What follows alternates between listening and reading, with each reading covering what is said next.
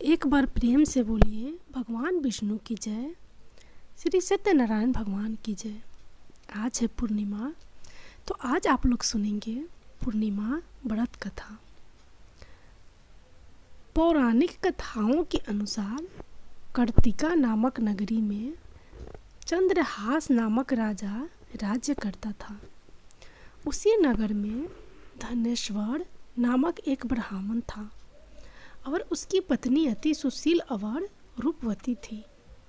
घर में धन धान्य आदि की कोई कमी नहीं थी, परंतु उसे एक बात का बहुत दुख था कि उनकी कोई संतान नहीं है।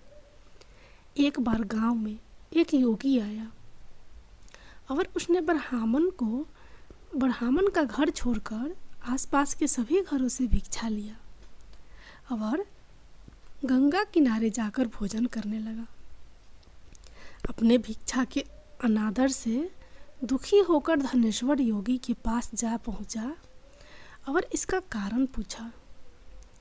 योगी ने इस सवाल का जवाब देते हुए कहा कि निसंतान के घर की भीख पतितों के अन्न के समान होती है और जो पतितों के घर का अन्न खाता है वो भी पतित हो जाता है। पतित हो जाने के भय से वह उस ब्राह्मण के घर से भिक्षा नहीं लेता था। इसे सुन धनेश्वर बहुत बेहद दुखी हुआ और उसने योगी से संतान प्राप्ति का उपाय पूछा। उन्होंने बताया कि तुम माँ चंडी की आराधना करो।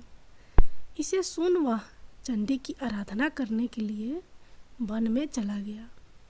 नियमित रूप से चंडी की आराधना कर उपवास करने लगा।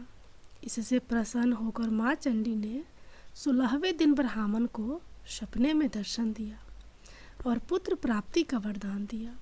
उन्होंने कहा कि यदि तुम दोनों लगातार 32 पूर्णिमा व्रत करोगे तो तुम्हारा संतान दीर्घ आयु हो जाएगा।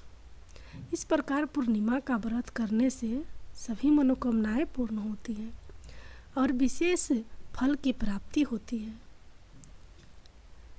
एक अन्य पौराणिक कथा के अनुसार दुर्गम नामक दैत्य ने तीनों लोक में अपने आतंक से हाहाकार मचा दिया था। इस वजह से करीब 100 वर्षों तक बारिश न होने के कारण धरती पर अकाल पड़ गया था। लोग अन्न व जल के अभाव से अपने प्राण त्याग रहे थे। तब माँ दुर्गा ने सभी देवी देवताओं की विनती से शंख भरी के रूप में धरती पर अवतार लिया। कहा जाता है कि माता की 100 आँखें थी। माता ने जन्म लेते ही रोना शुरू कर दिया था।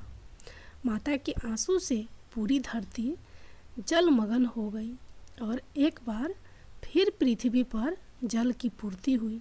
इसके बाद माता दुर्गम नामक दैत्य का अंत कर दिया। जय माता दी।